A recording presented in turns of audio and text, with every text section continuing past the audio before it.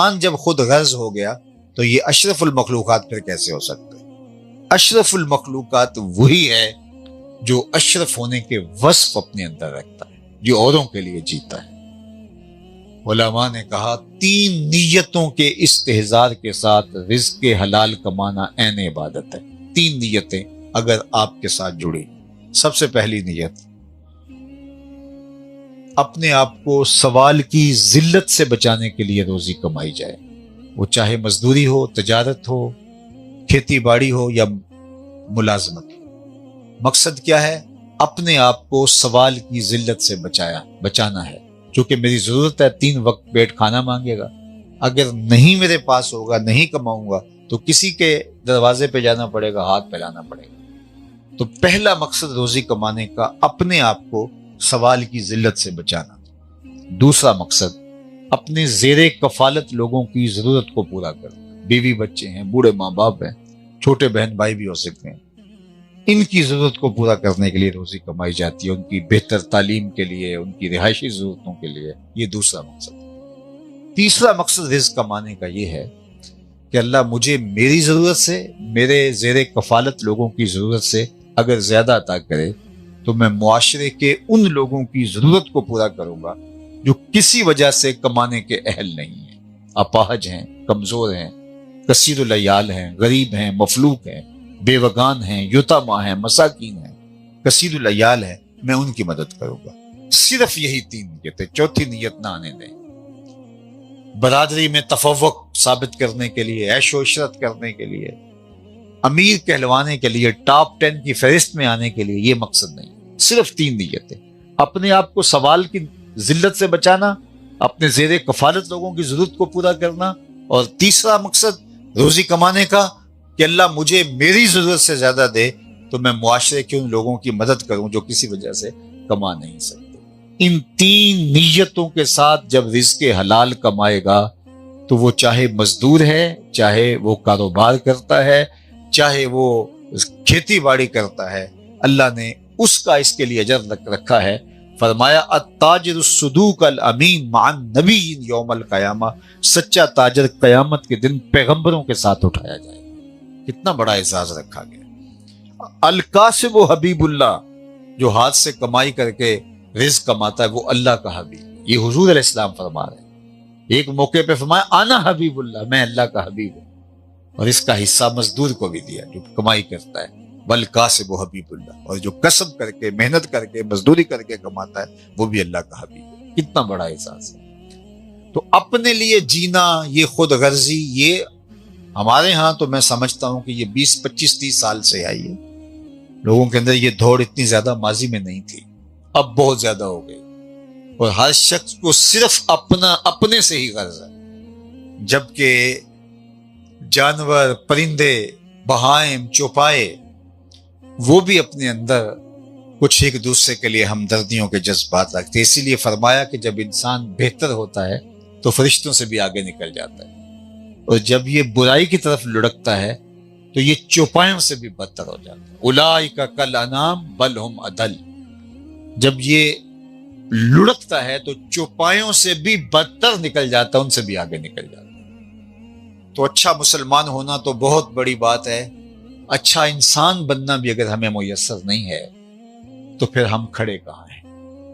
مسلمان کی تعریف کیا کی گئی ہے؟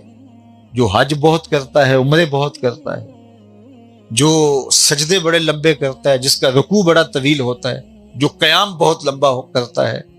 مسلمان کی تعریف اللہ کے محبوب نے یہ کی ہے، المسلم من سلم المسلمون من لسانہ و یدہ، مسلمان وہ ہوتا ہے جس کے ہاتھ اور زبان سے دوسرا مسلمان محفوظ رہے۔ یہ ہے مسلمان، کسی کو ضرر نہ پہنچائیں، کسی کو تکلیف نہ پہنچائیں، ہمارا وجود لوگوں کے لیے رحمت کا روپ ہو، نہ یہ ہے کہ ہماری وجہ سے لوگوں کی زندگی جیرن بنی ہو۔ لوگوں کی زندگی دوزخ بنا کے اور خود جنت کے طالب بنے پھرتے ہیں، کیسے ہو سکتا ہے؟ لوگوں کے لیے اس دنیا کو جنت بنانا پڑے گا، پھر جنت کا اللہ سے ہم سوال کریں۔ لیکن لوگوں کے لیے ہم نے اس دنیا کو آتش کدہ بنا دیا، جہنم بنا دیا، اور خود ہم جنت کے طالب ہیں۔ لوگوں کے لیے اس دنیا کو جنت بناؤ، راحت کا سبب بناؤ۔ جنت کیا ہے؟ ایک تو ہمارے علماء جب جنت کا نقشہ کھینچتے ہیں تو شروع ہی حور سے ہوتے ہیں. میں انکار نہیں کرتا حور کے وجود کی، لیکن جیسے مولوی صاحبان کھینچتے ہیں نقشہ حور کا، اس کے لباس کا، تو بہرحال ان کی مرضی. جنت کے اور بھی تو نقشے ہیں، کبھی وہ بھی بیان کرو. جنت نے یہ نقشہ بیان کیا جنت کا قرآن میں، لا یسمعون فیہا لغوا ولا تاثیما. جنت ایسی پاکیزہ پرسکون جگہ ہے جہاں آپ کو ایسی چیز سننے کو نہیں ملے گی جو آپ کی طبع پر بھی گراں ہو. ایسا کلمہ نہیں ملنے، ایسا جو ہے وہ سخت بات نہیں ملے گی جو تمہاری طبیعت پہ بوجھ ہو، تمہارے کانوں پہ گراں ہو. اور ہم اس دنیا کو لوگوں کے لیے اذیت بنا دیا. اس دنیا کو جنت بنائیں، کسی کو تکلیف نہ پہنچائیں. لائٹ چلی گئی ہے اور ہمسائے بیچارے کی کھڑکیاں بھی نہیں ہیں، اور ہم باہر جنریٹر لگا کے، اور اس کا سلنسر بھی نہیں ہے، اور دروازے بند کر کے اور ساؤنڈ پروف کمروں میں رات نیند آرام کی سو گئے. لیکن گرمی تو الگ تنگ کر رہی ہمسائے کو، اور تمہارے جنریٹر کی جو ہے وہ پھٹ پھٹ اس کی زندگی کو ساری رات عذاب بنائے رکھا، اور تم اس کمرے میں بیٹھ کے قرآن پڑھ رہے ہو، تہجد پڑھ رہے ہو. نہیں، لوگوں کی دنیا کو، لوگوں کی زندگی کو اجیرن کر کے تم جو عبادتیں کرتے پھرتے ہو تمہارے منہ پہ ماری جائیں گے. اللہ کیا چاہتا ہے؟ لوگوں کو راحت پہنچاؤ. خیر الناس من ینفع الناس. لوگوں میں سے بہتر کون ہے؟ جو لوگوں کو نفع پہنچاتا ہے. لوگوں کو تکلیف پہنچانے والا. میں بھی کہیں کہہ رہا تھا کہ 6 فٹ کی گلی ہوتی ہے، شاید آپ کے ہاں تو کھلے کھلے بازار ہوں گے، کھلا علاقہ ہے آپ کا، لیکن 6-7 فٹ کی گلی ہوتی ہے، 8 فٹ کی گلی ہوتی ہے. تو ہمارے گھر کے اندر بڑے بڑے واش روم، بڑا کچھ، سب کچھ اندر ہوتا ہے، لیکن 3 سیڑھیاں ہم نے باہر رکھنی ہوتی ہیں، اور وہ گلی ہم تنگ کر دیتے. ہم نے جو ہے وہ موٹر بھی باہر لگانی ہوتی ہے پانی والی، اور تھڑیاں بھی 3 باہر بنانی ہوتی ہیں، اور مکان بھی بہت اونچا کر کے بنانا ہوتا ہے. اور راستہ ہم روک کے ہم سمجھتے ہیں کہ یہ شاید کوئی ہم اچھا کام کر رہے ہیں. صاحب یہ اچھا کام نہیں ہے. اگر ممبر و محراب سے اس کے خلاف نہیں بولا جاتا، یا معاشرے میں سب یہ کرتے ہیں، تو سارے کے سارے لوگوں کے کرنے سے غلط صحیح تو نہیں ہو جاتا. راستے اماطۃ الاذی عن الطریق، راستے میں پڑی ہوئی کوئی چیز اٹھا کے پھینک دو، اللہ نے اس کا اجر رکھا ہے، اور تم نے تو مستقل ایسی شے ڈال دی جس کو اٹھایا بھی نہیں جا سکتا، اور تم سمجھتے ہو کہ یہ ہمارا حق ہے. یہ حق نہیں تھا تمہارا، قبضہ ہے تمہارا. تمہیں اس راستے پر قبضہ کرنے کا کسی نے حق نہیں دیا تھا، نہ اللہ نے، نہ اس کے رسول نے، نہ معاشرت نے، نہ ملک کی قوانین. لیکن تم نے دھونس اور دھاندلی سے قبضہ جما لیا. ہم اکثر لوگ اس میں شریک ہیں، اور ہم سمجھتے ہیں یہ ہمارا استحقاق ہے. میں کئی جگہ یہ بیان کیا ہے، اور کئی لوگوں نے اس پہ عمل بھی کیا ہے، لیکن بہت تھوڑے، کیونکہ ہمارے ذہن کے گوشوں میں یہ سما چکا ہے. ہمارے گھر میں سٹور موجود ہیں، خالی کمرے پڑے ہوئے ہیں، کھلا لان ہے، ہمارے گھر کے اندر بڑے بڑے سائز کے واش روم ہیں. نہیں ہے تو ان 3 سیڑھیوں کے لیے جو ہے وہ اندر جگہ نہیں ہے، اور ہم نے لوگوں کی زندگی کو جیرن بنا رکھا ہے. اور گھر سے کوڑا اکٹھا کیا اور ہمسائے کے دروازے کے سامنے پھینک دیا. قریش مکہ بھی تو یہی کرتے تھے، اذیتیں دینے کے لیے. حضور کی سیرت کیا ہے؟ وَتَحْمِلُ الْكَلَّ وَتَقْسِبُ الْمَعْدُومَ. اور اس کے بعد چوتھا حضور کا وصف ام المومنین نے بیان کیا، وہ یہ کہ وَتَقْرِ الضَّيْفَ، آپ اونچے درجے کے مہمان نواز ہیں. من کان یؤمن باللہ والیوم الآخر فلیکرم ضیفہ، جو اللہ اور پچھلے دن پہ ایمان رکھتا ہے وہ مہمان کی تکریم کرے، مہمان کی عزت کرے. مہمان اپنی قسمت کا کھانا آپ کے دسترخوان پہ کھاتا ہے، آ کے اپنی قسمت کھا گیا، ثواب آپ کو مل گیا. رحمتیں لے کے آتا ہے، برکتیں چھوڑ کے جاتا. اور آدھا فقر حضرت سیدنا شیخ عبد القادر الجیلانی علیہ رحمہ و رضوان، پیر پیرا میرے میرا شاہ جیلاں علیہ رحمہ، فرماتے ہیں آدھا فقر بھوکوں کو کھانا کھلانا اور برہنہ بدن لوگوں کو لباس پہنانا ہے، باقی سارا آدھے میں آتا ہے. اور فقیر اس بات پر خوش ہوتے ہیں کہ کوئی ان کے پاس آئے اور اس کے کام و دہن کی تسکین کا ہم سامان کرے. بابا بلے شاہ نے کہا تھا، اٹ کھڑکے دکڑ وجے تتا ہوئے چلہ، آن فقیر کھا کھا جاون راضی ہوئے بلا. اچھا لگتا ہے کوئی ہمارے دسترخوان. حضور کا وصف کیا ہے؟ وَتَّقْرِ الضَّيْفَ. اور پھر کہا وَتَصْدُقُ الْحَدِيث. یہ ام المومنین حضور کی سیرت بیان کر رہے ہیں. یہ اسوہ ہے، نمونہ ہے. نمونہ اسی کو کہتے ہیں جس کو سامنے رکھ کے پھر جو ہے وہ کوئی چیز تراشی جائے. حضور وہ اسوہ نور ہیں کہ جن کو دیکھ دیکھ کے ہم اپنی زندگی کو تراش سکتے ہیں کہ ہم بھی ایسے آداب اور ایسی عادات اور ایسے خصائل اور ایسا طرز زندگی اختیار کرنا ہے. اور حضور کا وصف نمایاں کیا؟ وَتَصْدُقُ الْحَدِيث. ہمیشہ سچ بولتے ہیں. اللہ اکبر. ہمارے اندر جھوٹ کہاں سے آ گیا؟ ہم کیوں بات بات پہ جھوٹ بولنے لگے؟ ہمارے آقا تو وہ ہیں جن کو کافر بھی صادق اور امین کہتے تھے، تو پھر کس طرح ہم جھوٹ بول سکتے ہیں؟ اللہ کے محبوب علیہ السلام نے ارشاد فرمایا کہ الا انبئکم باکبر الکبائر. میں تمہیں بڑے بڑے گناہوں کی خبر نہ دوں؟ صحابہ نے کہا بلا کیوں نہیں. ارشاد فرمائیے. فرمایا الاشراک باللہ. سب سے بڑا گناہ جس کی معافی بھی نہیں وہ ہے اللہ کے ساتھ کسی کو شریک ٹھہرانا. دوسرا بڑا گناہ فرمایا حقوق الوالدین. والدین کی نافرمانی کرنا، ان کو اذیت دینا. تیسرا بڑا گناہ، اور یہ بیان کرنے سے قبل حضور ٹیک لگائے ہوئے تھے، ٹیک چھوڑ دی. وَجَلَسَ وَكَانَ مُتَّكِئًا. حضور ٹیک لگائے تھے، ٹیک چھوڑی اور بیٹھ گئے. فرمایا الا وقول الزور. سن لو، تیسرا بڑا گناہ جھوٹ بولنا ہے. پھر فرمایا الا وقول الزور. سن لو، جھوٹ بولنا ہے. پھر کہا الا وقول الزور. سن لو، جھوٹ بولنا ہے. صحابہ کہتے ہیں کہ ہماری آرزو تھی کہ حضور اب سکوت اختیار فرما لے. ہم سمجھ گئے جو حضور بتانا چاہتے ہیں، لیکن حضور فرمائے جا رہے تھے سن لو سن لو سن لو، وہ جھوٹ ہے، وہ جھوٹ ہے، وہ جھوٹ ہے، وہ جھوٹ ہے. حضور فرمائے جا رہے تھے اور ہم دل میں دعائیں کر رہے تھے کہ حضور خاموش ہو جائیں. ہماری آرزو تھی کہ حضور اب سکوت اختیار فرما لیں. حضور مشقت میں ہیں، لیکن حضور بار بار کہہ رہے تھے. کیوں؟ امت کے ساتھ شفقت. اس لیے کہ حضور نہیں چاہتے کہ میرا کوئی امتی جھوٹ بولے، کیونکہ وہ امتی کاہے کا جو جھوٹ بولے. جھوٹا اور کذاب بھی کوئی شخص ہوتا ہے. اللہ کے محبوب علیہ السلام سے پوچھا گیا کہ مومن بزدل ہو سکتا ہے؟ کہا نہیں، بہادر ہوتا ہے. لیکن ہو سکتا ہے کبھی بزدلی کر جائے، کوئی کمزور لمحہ آ جائے، آخر بشر ہی تو ہے. پھر کہا کہ مومن جو ہے وہ بخیل ہو سکتا ہے؟ کہا نہیں، سخی ہوتا ہے. لیکن ہو سکتا ہے کبھی بخل کر جائے، بشر ہی تو ہے. پھر تیسرا سوال حضور سے ہوا مومن جھوٹا ہو سکتا ہے؟ فرمایا جھوٹا نہیں ہو سکتا. یہ طے ہے، مومن ہو اور جھوٹا ہو یہ نہیں ہو سکتا. اور ہم کہتے ہیں سودا ہی نہیں بکتا اگر جھوٹ بولیں. میں کہتا ہوں جاپان والے پوری دنیا میں بیچ رہے ہیں، ہمارا ہی نہیں بکتا. ہمارا اندر لٹ گیا ہوا ہے. جھوٹ بول بول کے اپنے آپ کو ہم برباد کر چکے ہیں. ہمارے نزدیک جھوٹ کوئی عیب ہی نہیں رہا، جبکہ یہ کبائر سے ہے. اللہ اکبر. ایک حدیث سنیے. اللہ کے محبوب علیہ السلام نے ارشاد فرمایا جب کوئی شخص جھوٹ بولتا ہے تو اس کے منہ سے بدبو نکلتی ہے جو عام لوگ تو نہیں سونگھ پاتے، لیکن اللہ کے نورانی فرشتے جو رحمت لے کے ہمارے گھروں میں آ رہے ہوتے ہیں وہ سونگھتے ہیں اور 1 میل پیچھے ہٹ جاتے ہیں. جو رحمت کا پارسل ہمارے گھر دینے آئے تھے، ڈیلیوری دینے آئے تھے، وہ ہاتھ میں لیے آگے نہیں آ پا رہے. کیوں؟ آگے جھوٹ کا تعفن پھیلا ہوا ہے، 1 میل پیچھے ہٹ جاتے ہیں. اور مجھے بتائیے جس گھر میں ماں بھی جھوٹ بولتی ہو، باپ بھی جھوٹ بولتا ہو، بیٹیاں بھی جھوٹ بولتی ہوں، بیٹے بھی جھوٹ بولتے ہیں، وہاں تو بدبو کے ببوکے اٹھ رہے ہوں گے. فرشتے کتنے میل دور کھڑے ہوں گے. کون سے فرشتے؟ جو رحمت کا پارسل لے کے ہمارے گھر کی طرف آ رہے ہیں. اور ہم نے کیا سوچا؟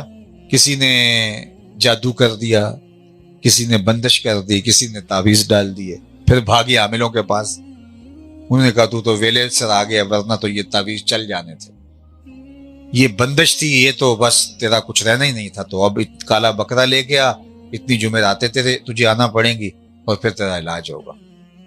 کوئی 100 میں سے 1000 میں سے کوئی ایک اچھا بھی ہوگا جو شریعت بیضا پہ عمل پیرا ہو اور رقیہ شریعہ کے مطابق لوگوں کا علاج کرتا ہو. نظر تو برحق ہے، لیکن بہرحال اصل مسئلہ کیا تھا؟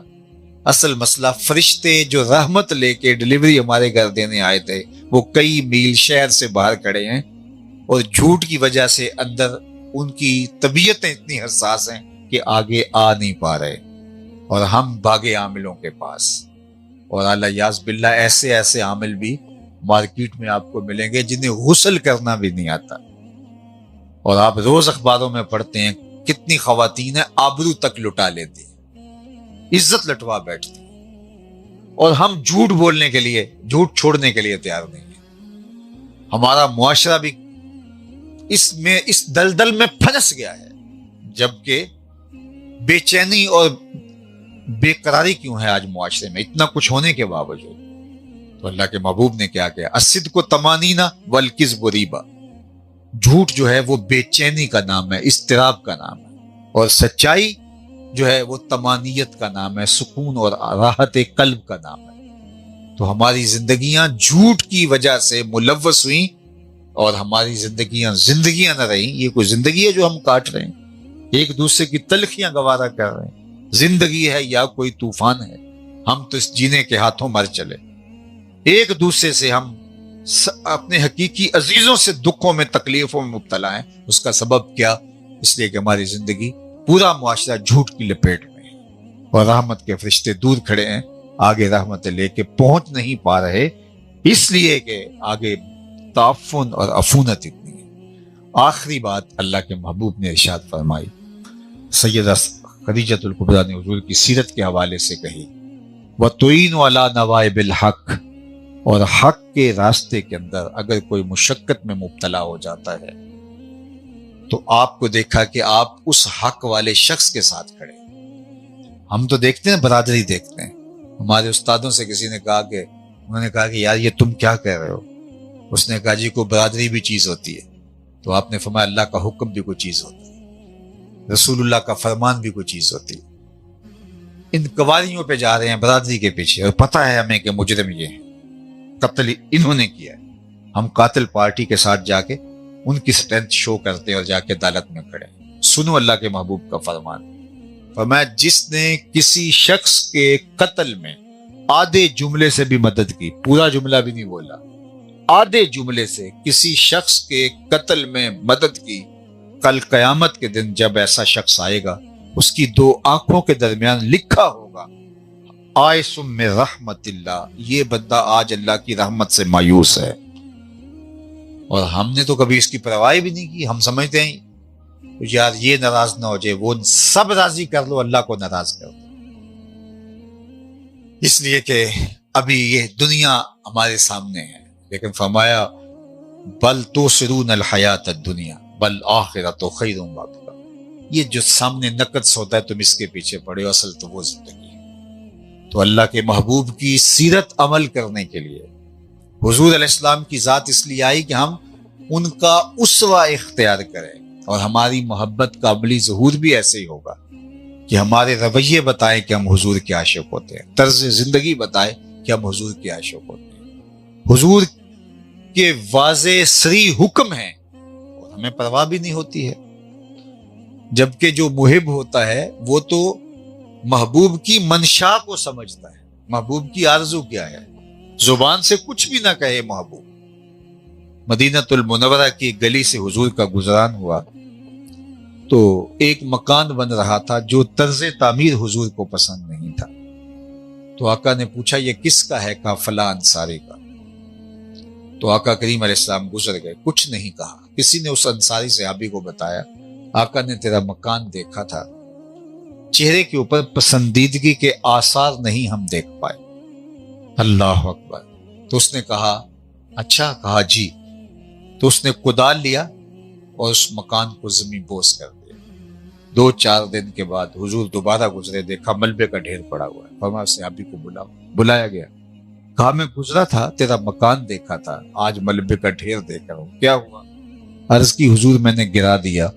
فرمایا کیوں؟ عرض کی سنا تھا آپ کو پسند نہیں، سنا تھا آپ کو پسند نہیں۔ میں اور آپ سر سے لے کر پاؤں تک دیکھیں ہمارا کیا کیا حضور کو پسند ہے، عقیقے سے لے کر ولیمے تک دیکھیں ہمارا کیا کیا حضور کو پسند ہے، اپنے طرز معاشرت پہ، اپنی دوستیوں پہ غور کریں ہمارا کیا کیا حضور کو پسند ہے۔ محمد دی زیارت محمد دے رنگ وچ، اے ٹھگ بازیاں جانے پیارا محمد۔ ہمیں اپنی زندگی کو ان کے بتائے ہوئے طریقے کی مطابقت میں ڈالنا ہو۔ ایک شخص آئے حضور سے، انہوں نے مسافہ کرنا چاہا، آقا نے رخ پھیر لیا، سمجھے اتفاقاً ہو گیا، جدھر حضور نے رخ پھیرا تھا ادھر سے جا کے انہوں نے مصافحہ کرنا چاہا تو آقا کریم نے پھر رخ پھیر لیا. سمجھ گئے حضور ناراض ہیں. تو صحابہ سے پوچھتے پھرتے ہیں کہ حضور مجھ سے ناراض ہیں لیکن مجھے سمجھ نہیں ناراض کیوں ہیں, تم بتا سکتے ہو؟ ہمارا بڑا ناراض ہو جائے اور ہمیں پتہ نہ ہو تو ہم خود ناراض ہو جاتے. لیکن وہ صحابہ سے پوچھتا پھرتا ہے کہ حضور علیہ السلام ناراض ہیں, مجھے سمجھ نہیں ہے, تم بتا سکتے ہو؟ انہوں نے کہا ہاں, یہ جو تو نے سونے کی انگوٹھی پہن رکھی ہے اس سے حضور منع فرما چکے ہیں, اس کو آتش دوزخ کا انگارہ قرار دیں. ناراضگی کا سبب یہ ہو سکتا ہے. وہ آگے بڑھے, انگوٹھی اتار کے پیش کرتے ہوئے کہا حضور یہ رہی.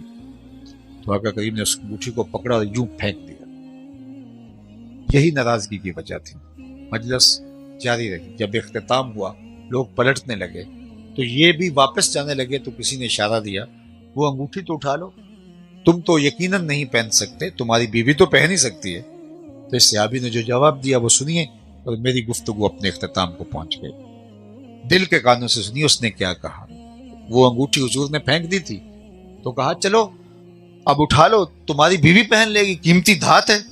تو اس نے کہا واللہ لا آخذہ وقد طرحہ رسول اللہ صلی اللہ علیہ وآلہ وسلم, اللہ کی قسم میں اس انگوٹھی کو کبھی نہیں اٹھاؤں گا جس کو میرے حضور نے پھینک دیا ہے. پڑی رہے, سونا ہے, لال ہے, جوہر ہے, پکھراج ہے, موتی ہے, ہیرا ہے, پڑا رہے, نہیں اٹھاؤں گا, اس کو میرے حضور نے پھینک دیا.